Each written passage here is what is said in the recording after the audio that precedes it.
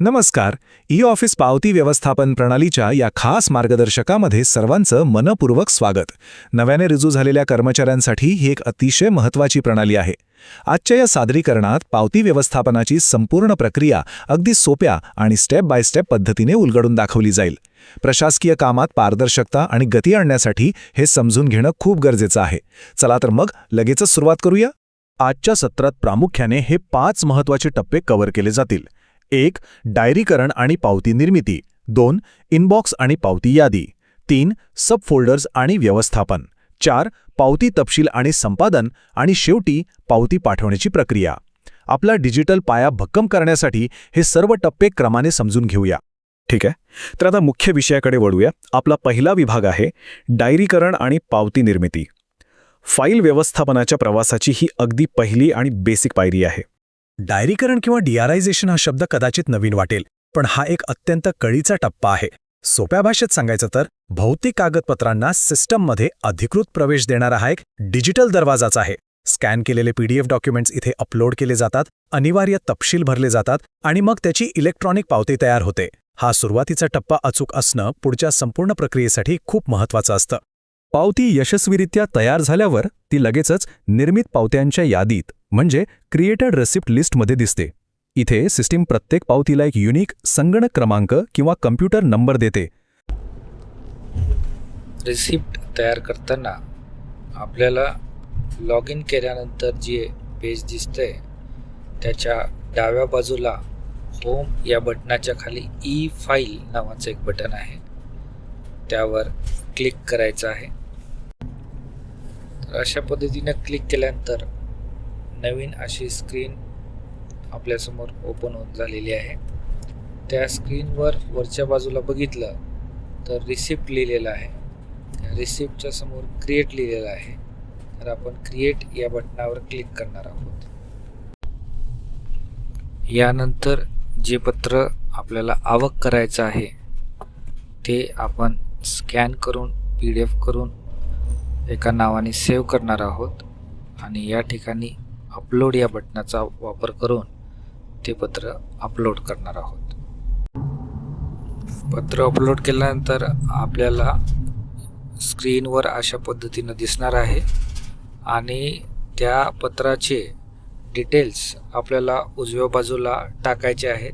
त्यामध्ये diary date आहे, ते आपल्याला बदलता येणार नाही. आपल्याला ते पत्र आहे त्यामुळे लेटर निवडावं लागणार आहे. भाषा मराठी घ्यावं लागेल. ज्या तारखेला ऑफिसमध्ये प्राप्त झालं ते टाकता येईल. त्या पत्राची तारीख टाकता येईल. रेफरन्स नंबर टाकता येईल आणि बाकी मोड वगैरेमध्ये काय बदल करायची गरज नाही आहे. ज्यांच्याकडून आलेलं आहे पत्र त्यांचं नाव लिहावं लागेल. त्यानंतर त्याचं पद, त्याचं ऑर्गनायझेशन, ॲड्रेस वगैरे लिहावं लागेल आणि ॲड टू ॲड्रेस बुक जर केलं तर ते सर्व सेक्शनसाठी उपलब्ध होईल. म्हणजे पुन्हा पुन्हा ते ॲड्रेस आपल्याला टाईप करावं लागणार नाहीत. कॅटेगरीमध्ये आपण जनरल कॅटेगरी घेतो आहे आणि सब्जेक्ट म्हणजे त्या पत्राचा जो विषय आहे तो तिथं आपण टाईप करणार आहोत. आणि जे लाल रंगाचं ॲसर्टिकमध्ये आहे ते कंपल्सरी आहेत, ते भरावंच लागणार आहेत आपल्याला. आणि त्यानंतर आपण जनरेट या बटनावर क्लिक करणार आहोत. जर एखादं पत्र आपल्याला डायरेक्ट पाठवायचं आहे, ते फाईलमध्ये लावायचं नाही, टिप्पणी नाही करायचं असेल तर आपण त्याला जनरेट आणि सेंडचा वापर करून पाठवू शकतो. इतर वेळेस आपण जनरेटचा वापर करणार आहे. जनरेट बटनवर क्लिक केल्यानंतर या पद्धतीनं आपलं रिसिप्ट किंवा पावती तयार होणार आहे. आणि ही रिसिप्ट जर आपल्याला कुणाला पाठवायची असेल तर ती कशी पाठवायची ते आता आपण बघूयात. तर इथं वर आपल्याला एक सेंड म्हणून बटन दिसतंय. तर त्या सेंड या बटनावर आपल्याला क्लिक करायचं आहे. सेंड या बटनावर क्लिक केल्यानंतर आपल्याला या पद्धतीनं एक स्क्रीन दिसेल. त्यामध्ये आपल्या ऑफिसचं नाव येईल. तर त्यामध्ये आपण नाव टाईप करणार आहे. ऑलमध्ये ज्यांना पाठवायचं त्यांचं नाव टाईप करणार आहे आणि आपल्याला हे दिसून येतं. किंवा रिपोर्टिंग ऑफिसरला पाठवायचं असेल तर आपण रिपोर्टिंग ऑफिसरवर क्लिक करणार आहोत. किंवा बाकीच्यांना पाठवायचं असेल तर वरिष्ठ अधिकारी सबऑर्डिनेट्समध्ये आपल्या कर्मचाऱ्यांना पाठवू शकतात. आणि त्यानंतर आपण एक्सटर्नल जर घेतलं तर आपल्याला Pune division, Amravati division, Konkan division किंवा मंत्रालयांना पाठवता येईल. आणि आता आपण या ठिकाणी नाव टाईप करतोय हॉलमध्ये आणि त्यानंतर त्या नावाच्या अधिकाऱ्यांना किंवा कर्मचाऱ्यांना सिलेक्ट करतोय आपण. आणि त्यानंतर खालच्या बाजूला बघा SEND सेंड हे नारंगी कलरच्या किंवा ऑरेंज कलरच्या यात ओपन झालेलं आहे. त्याच्यावर आपण क्लिक केलं तर आपण सेंड करू शकतो. बऱ्याच वेळा जर तुम्ही रिसिप्ट क्रिएट केली असेल आणि ती सापडत नसेल तर रिसिप्ट लिहिलेला आहे डाव्या बाजूला, त्याच्यामध्ये क्रिएटेडमध्ये क्लिक केलं तर तुम्ही तयार केलेली रिसिप्ट त्या ठिकाणी दिसून येतील. एखादं पत्र किंवा रिसिप्ट आपल्याला दुसऱ्याला डायरेक्ट पाठवायची नसून त्यावर टिप्पणी किंवा मसुदा लिहायचा असेल, मसुदा पत्र लावायचं असेल तर ते कशा पद्धतीनं करायचं ते आपण बघूयात.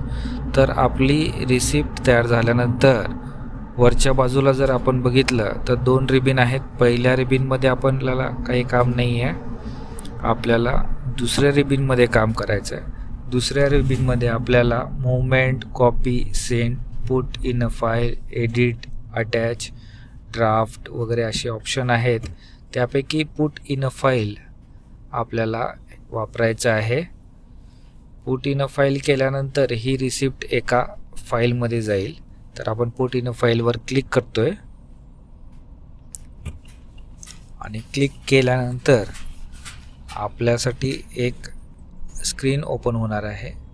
तर या स्क्रीनमध्ये जर आपण पूर्वी फाईल बनवल्या असतील तर त्या फाईल इथं दिसतील आणि जर काम केलेलं नसेल तर या ठिकाणी पूर्णतः स्क्रीन ब्लँक असेल. आणि त्या ठिकाणी मग आपल्याला जर नवीन फाईल बनवायची असेल तर क्रिएट फाईलवर क्लिक करणार आहोत. आणि क्रिएट फाईलवर क्लिक केल्यानंतर या पद्धतीची स्क्रीन ओपन होईल आणि त्यामधून आपल्याला फाईल क्रिएट करून काम पुढचं करता येईल. आणि फाईल कशी क्रिएट करायची आणि त्यामधलं कसं काम करायचं हे आपण पुढच्या व्हिडिओमध्ये बघणार आहोत. यामुळे ताज्या डायरी केलेल्या कागदपत्रांचा ट्रॅक ठेवणं अगदी सोपं होतं.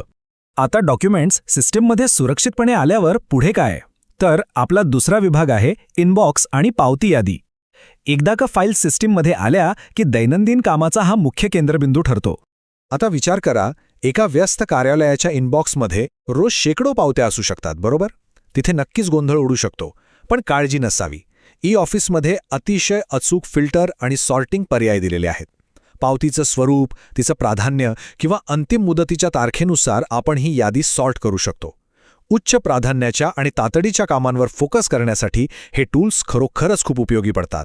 आणि हो, इनबॉक्स म्हणजे फक्त पावत्या बघण्याची जागा नाहीये, तर तिथून थेट ॲक्शन घेता येते. फाईल्स रिसीव्ह करणं, एखाद्या फाईलमध्ये पावती जोडणं, ती स्वतःच्या फोल्डरमध्ये मूव्ह करणं किंवा पुढील कार्यवाहीसाठी पाठवणं, हे सगळे प्रायमरी ऑप्शन्स इनबॉक्समधूनच वापरता येतात. थोडक्यात सांगायचं तर दैनंदिन पावती व्यवस्थापनाचा हाच खरा गाभा आहे. जसजशा पावत्या वाढतात तसतसं त्यांचं उत्तम व्यवस्थापन करणं गरजेचं बनतं. त्यासाठीच आपला तिसरा विभाग आहे सब फोल्डर्स आणि व्यवस्थापन. येणाऱ्या पावत्यांना विषयवार व्यवस्थित लावून ठेवण्याचा हा सर्वात प्रभावी मार्ग आहे. आता सबफोल्डर कसं बनवायचं? स्क्रीनवरील स्टेप 1 आणि स्टेप 2 मार्कर्स बघा. नवीन फोल्डर बनवणं अतिशय सोपं आहे. आधी इनबॉक्समधील हवी ती पावती सिलेक्ट करायची आणि मग वरच्या मेनूमधील मूव्ह टू पर्यायावर जाऊन क्रिएट न्यू फोल्डरवर क्लिक करायचं. अगदी काही सेकंदांचं काम आहे. त्यानंतरची पुढची स्टेप आणखी सोपी आहे. स्क्रीनवर दिसणाऱ्या पॉपअप बॉक्समध्ये फोल्डरला एक नाव द्यायचं. उदाहरणार्थ RTI आणि सेव्ह बटणावर क्लिक करायचं. इंटरफेस इतका सोपा आणि स्ट्रक्चर्ड आहे की नवीन फोल्डर तर तयार होतच, पण ती पावतीही तिथे आपोआप हलवली जाते. एका क्लिकवर 2 कामं होतात. आत्तापर्यंत आपण जे पाहिलं ते या 3 सोप्या स्टेप्समध्ये कन्सॉलिडेट करूया. 1. इनबॉक्समधून पावती सिलेक्ट करणं. 2. मेनूमधील मूव्ह टूवर क्लिक करणं. आणि 3. ड्रॉपडाऊनमधून हवं असलेलं फोल्डर निवडणं. नवीन कर्मचाऱ्यांनी ही त्रिसूत्री फक्त लक्षात ठेवली तरी इनबॉक्स कायम एकदम नीटनेटक्या स्वरूपात राहील हे नक्की. आणि हे इथल्या ड्रॉपडाऊन मेनूवरून अगदी स्पष्टपणे दिसून येतं. एकदा का फोल्डर तयार केलं की पावती सिलेक्ट केल्यावर माय फोल्डर्सचा मेनू असा एक्सपांड होतो आणि RTI सारखे आपण आधी बनवलेले फोल्डर्स तिथे लगेच दिसतात. यामुळे भविष्यातील काम एकदम फास्ट होतं. पावती फोल्डरमध्ये जाण्यापूर्वीचा हा इनबॉक्सचा फायनल इंटरफेस आहे. योग्य फोल्डर निवडल्यावर पावती त्या जागी त्वरित स्थलांतरित होते. या सोप्या मॅनेजमेंटमुळे येणाऱ्या पत्रांचं उत्तम वर्गीकरण होतं आणि महत्त्वाचे डॉक्युमेंट्स गहाळ होण्याची शक्यता जवळजवळ शून्यावर येते. चला आता सॉफ्टवेअरच्या आणखी काही आतल्या फंक्शन्सकडे वळूया. विभाग 4 पावती तपशील आणि संपादन. एखाद्या पावतीची अगदी बारकाईने माहिती कशी पाहायची आणि ती एडिट कशी करायची ते आता समजून घेऊया. नोंदी अचूक ठेवण्यासाठी हे खूप महत्त्वाचं आहे. इथे संपादन करण्याच्या काही अत्यंत महत्त्वाच्या अटी लक्षात ठेवणं गरजेचं आहे. सिस्टीममध्ये फक्त आणि फक्त मुख्य पावत्याच एडिट केल्या जाऊ शकतात. पावत्यांच्या CC किंवा माहितीस्तव असलेल्या प्रती सुरुवातीला बदलता येत नाहीत. हे रिस्ट्रिक्शन मुद्दाम ठेवलंय. मुख्य पावतीत एखादा बदल केला की तो तिच्या सर्व प्रतींमध्ये आपोआप रिफ्लेक्ट होतो, जोपर्यंत ती फाईलमध्ये जोडली जात नाही. स्क्रीनवर आता 2 गोष्टींची तुलना दिसतीये. डावीकडे आहे पावतीचा संपूर्ण तपशील, जिथे त्या पावतीचा पूर्ण इतिहास, संबंधित मसुदे आणि मूव्हमेंटची पूर्ण माहिती मिळते. आणि उजवीकडे आहे क्विक डिटेल्स, जिथे पावतीचं स्वरूप किंवा संगणक क्रमांक एकाच नजरेत दिसतो. जर तुम्हाला पूर्ण हिस्ट्री हवी असेल तर डावीकडचा पर्याय, आणि घाईत फक्त नजर मारायची असेल तर उजवीकडचा पर्याय. वेळेची मोठी बचत होते यामुळे. पावतीची अगदी आतील सखोल माहिती हवी असेल तर हे अचूक क्लिक्स फॉलो करावे लागतात. आधी व्याप्ती किंवा स्कोप निवडायचा, नंतर विशिष्ट पावती फिल्टर करायची. इथे पुलअप नावाचा एक भारी ऑप्शन आहे. जर एखादी पाठवलेली पावती तातडीच्या कामासाठी परत खेचून घ्यायची असेल तर याचा वापर होतो. आणि शेवटी पावती क्रमांकावर क्लिक केलं की त्याचं सविस्तर दृश्य किंवा डिटेल्ड व्ह्यू घडतो. आता या सगळ्या वर्कफ्लोचा अंतिम टप्पा, आपला 5वा आणि शेवटचा विभाग, पावती पाठवण्याची प्रक्रिया. पावती योग्य व्यक्तीकडे प्रोसेस करून पाठवणं यावर आता आपण लक्ष केंद्रित करूया. ही स्क्रीन पहा. हे इंटर ई-ऑफिस मॉड्यूल आहे. इतर विभागांमधून किंवा मंत्रालयांमधून येणाऱ्या पावत्या थेट इथे प्राप्त होतात. पण लक्षात घेण्यासारखी गोष्ट म्हणजे यावर कोणतीही ॲक्शन घेण्यापूर्वी त्यांना सिस्टीममध्ये अधिकृत करण्यासाठी त्यांचं पुन्हा एकदा डायरीकरण करावंच लागतं. आणि जेव्हा अशी शेकडो आंतरविभागीय पत्र पेंडिंग असतात तेव्हा उजवीकडचा हा फिल्टर ड्रॉपडाऊन मेनू तुमचा वेळ वाचवतो. प्रेषक, विषय किंवा विभागाच्या नावानुसार शोध घेतल्यास हवी असलेली पावती यादीतून अगदी काही सेकंदातच अचूक शोधून काढता येते. आता ई-ऑफिसचा आणखी एक अतिशय महत्त्वाचा इंटरफेस बघूया, तो म्हणजे ईमेल डायरीकरण. जशी भौतिक कागदपत्रांची प्रक्रिया आपण पाहिली, तशीच एक सुव्यवस्थित डायरीकरण प्रक्रिया बाह्य ईमेल्सना ई-फाईलमध्ये आणण्यासाठी सुद्धा वापरली जाते. इथूनच एक्सटर्नल ईमेल्स सिस्टीमचा अधिकृत भाग बनतात. इथे तुम्ही शोधण्यासाठी दिलेले फिल्टर्स पाहू शकता. विषय, प्रेषकाचा ईमेल, सेंडर ईमेल किंवा कोणी पाठवले, सेंट बाय यांसारख्या पॅरामीटर्समुळे बाह्य संवादाचा ट्रॅक ठेवणं आता अगदी सोयीस्कर आणि सीमलेस झाला आहे. कितीही जुना ईमेल असला तरी तो लगेच सापडतो. हे शेवटचे ॲक्शन स्टेप्स नेहमी लक्षात असू द्या. पावतीवर टिप्पण्या जोडणं, मसुदा तयार करणं किंवा ती पुढे डिस्पॅच करणं. पण सर्वात महत्त्वाची गोष्ट, पावती अंतिमरित्या दुसऱ्या अधिकाऱ्याला सेंड करण्यापूर्वी तिथे अनिवार्य असलेला हस्तांतरण शेरा किंवा ट्रान्सफर रिमार्क्स द्यायला अजिबात विसरू नका. यामुळेच फाईलच्या पुढच्या प्रवासाला एक स्पष्ट संदर्भ मिळतो. संपूर्ण प्रक्रियेची सविस्तर माहिती घेतल्यानंतर शेवटी जाता जाता एक अत्यंत महत्त्वाचा विचार जो प्रत्येकाने करायला हवा. ई-ऑफिस प्रणालीत पावती व्यवस्थापनावर प्रभुत्व मिळवल्याने दैनंदिन कार्यालयीन कार्यक्षमता खरोखरच कशी वाढते? याचं उत्तर साधे आहे. कागदपत्रांनी भरलेलं आणि गोंधळलेलं डेस्क आता एका अत्यंत सुव्यवस्थित, पारदर्शक आणि गतिमान डिजिटल वर्कस्पेसमध्ये बदलणार आहे. या नवीन तंत्रज्ञानाचा योग्य वापर करून कामाचा वेग नक्की वाढवा. या सत्रात